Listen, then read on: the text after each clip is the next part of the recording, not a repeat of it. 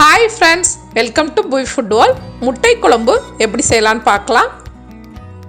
4 tablespoon oil சேர்த்து oil சூடான பிறகு 1/2 டீஸ்பூன் வெந்தயம் சேர்த்து தாளிச்சுக்கலாம்.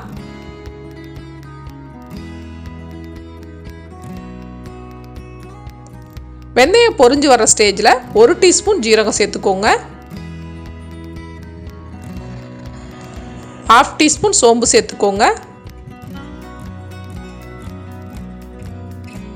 10 பல் பூண்டை இந்த மாதிரி லைட்டாக இடித்து சேர்த்துக்கோங்க.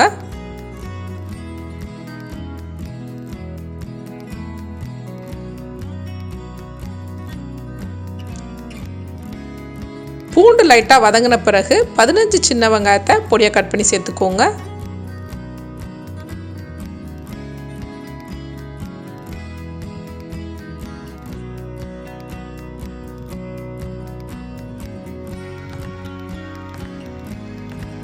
வெங்காயம் நல்லா வதங்கின பிறகு 2 பெரிய சைஸ் தக்காளியை பேஸ்ட்டாக அரைச்சி சேர்த்துக்கலாம். இந்த குழம்புல புளி சேர்க்க போகிறதுல தக்காளி இந்த மாதிரி பேஸ்ட்டாக அரைச்சி சேர்க்குறப்போ குழம்போட டேஸ்ட் ரொம்ப நல்லாயிருக்கும்.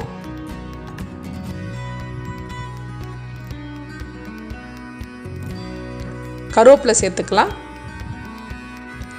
தக்காளி நல்லா கொதித்து அதுலேருந்து ஆயில் பிரிஞ்சு வரணும்.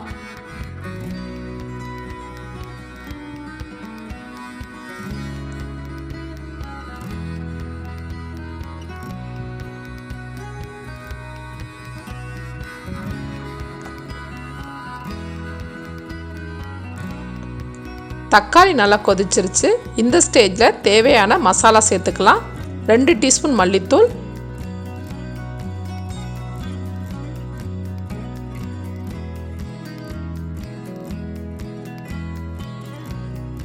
2 டீஸ்பூன் மிளகாத்தூள்,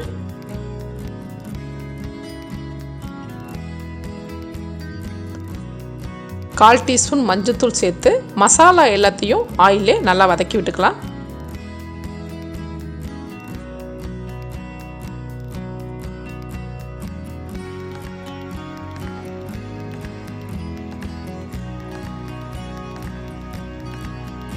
மூணு டீஸ்பூன் தேங்காய் பேஸ்ட் சேர்த்துக்கலாம். தேங்காய் கூட வேறு எதுவும் சேர்க்கலை, வெறும் தேங்காய் மட்டும் அரைச்சி சேர்த்துருக்கேன்.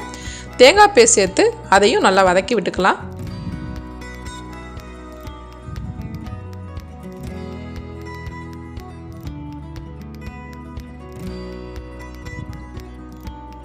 ஒரு டீஸ்பூன் உப்பு சேர்த்துக்கலாம். தேவையான அளவுக்கு தண்ணி சேர்த்துக்கலாம். தண்ணி சேர்த்து நல்லா மிக்ஸ் பண்ணி விட்டு மீடியமான திக்னஸில் இருக்க மாதிரி பார்த்துக்கோங்க. குழம்பு நல்லா கொதிக்கட்டும்.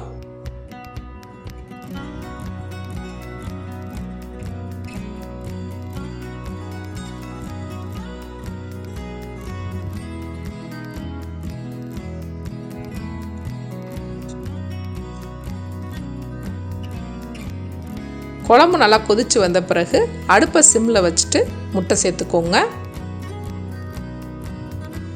நான் 6 முட்டை சேர்த்துருக்கேன். உங்கள் தேவைக்கு தகுந்தாப்பில் நீங்கள் முட்டை சேர்த்துக்கலாம்.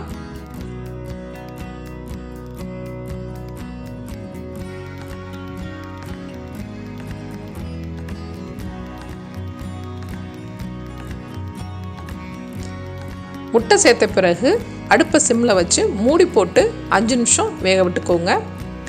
5 நிமிஷத்துக்கு பிறகு ஸ்லோவாக திருப்பி விட்டுக்கோங்க.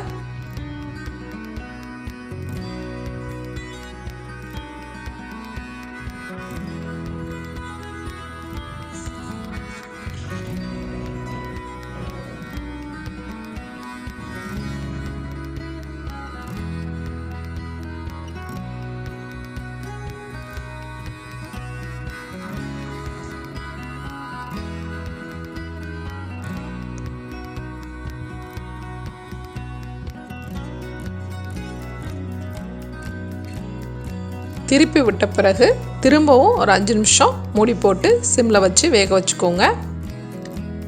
கடைசியாக பொடியாக கட் பண்ண மல்லித்தலை சேர்த்துக்கலாம்.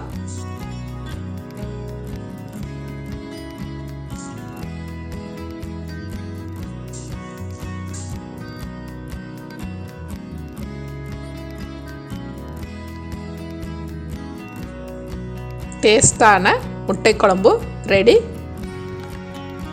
சப்ஸ்கிரைப் பண்ணுங்கள், பெல் பட்டனை கிளிக் பண்ணுங்கள், லைக் பண்ணுங்கள், கமெண்ட் பண்ணுங்கள், ஷேர் பண்ணுங்கள்.